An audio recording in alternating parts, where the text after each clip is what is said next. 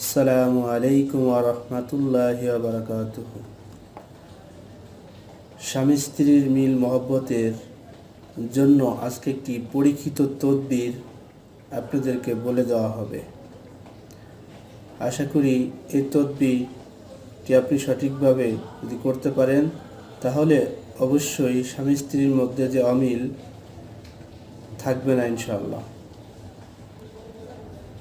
তদবিরটি হচ্ছে, মাটির মদনার ভিতর নদী অথবা বৃষ্টির পানি ভর্তি করিয়া 2 রাকাত নফল নামাজ পড়িয়া বিসমিল্লাহির রহমানির রহিম 786 বার পাঠ করিয়া পানিতে 3টি দম করিবে।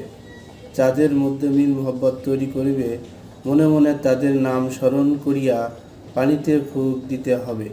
এই কাজ যে কোনো দিন ফজরের নামাজের পর করা যাবে। বহু পরীক্ষিত আমল। এই আমলটি করলে ইনশাআল্লাহ আল্লাহ সুবহানাহু ওয়া তাআলার পক্ষ থেকে স্বামী স্ত্রীর মধ্যে মিল মহব্বত হবে। তবে অবৈধ কোনো কাজে এই তদবিরটি ব্যবহার করা যাবে না।